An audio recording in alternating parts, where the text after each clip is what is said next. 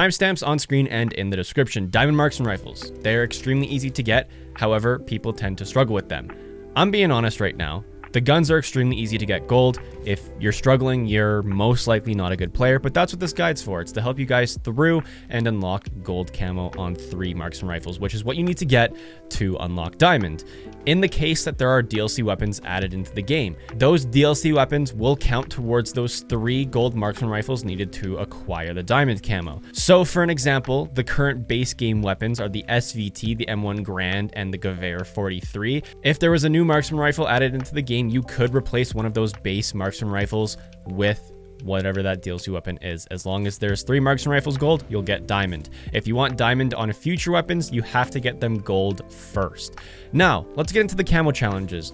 The first 6 are always extremely easy. The first 6 camo challenges are going to be the easiest camo challenges you do with these weapons. Those camo categories being the pack tactics, which requires you to get 300 eliminations. You'll get this mathematically completed before getting your weapon to max level.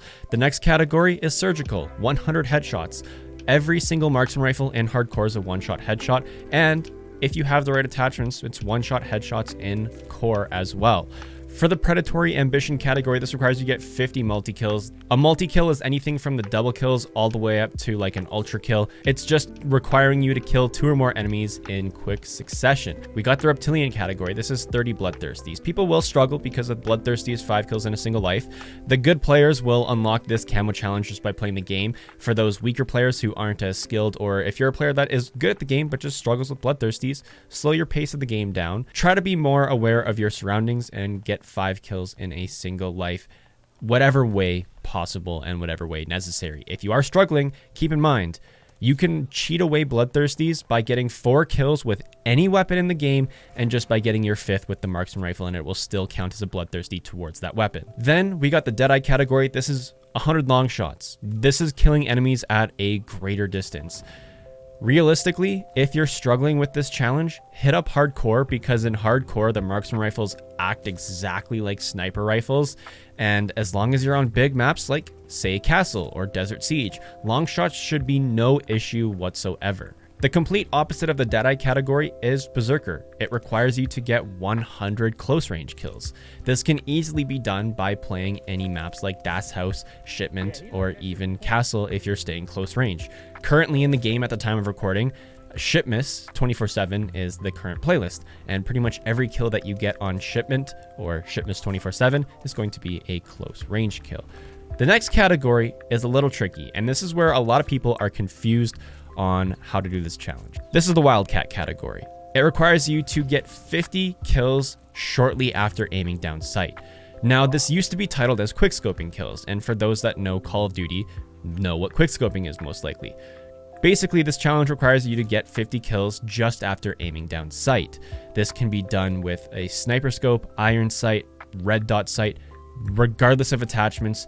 What you have is 1 second from the moment you hit your ADS button on your controller or your ADS key on your keyboard or mouse to actually get a kill. So you're going to want to increase your aim down sight attachments that increase your speed. And if your marksman rifle has the proficiency quickscope to unlock, that is also going to be a huge proficiency that is going to benefit you greatly with this challenge. It's just aiming down sight and getting a kill as fast as possible.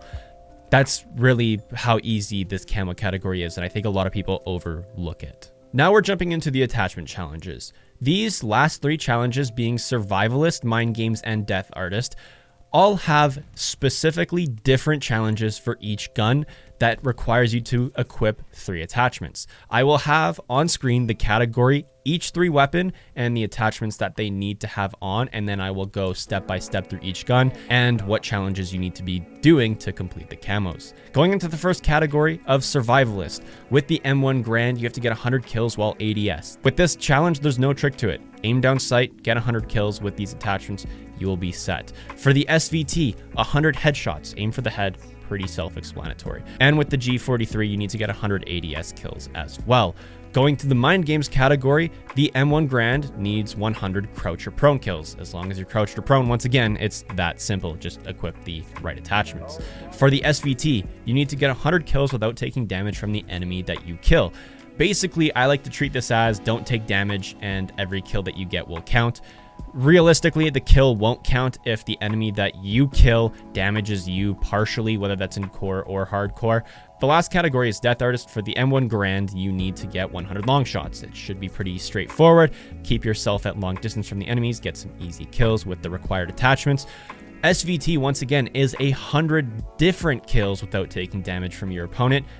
Once again, straightforward, pretty easy. And the last challenge for the G43 in the Death Artist category is 100 kills while ADS. It is that simple.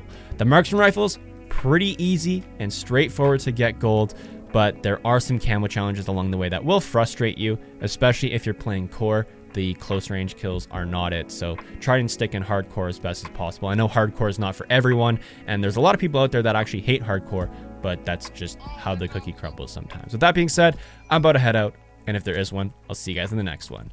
Peace.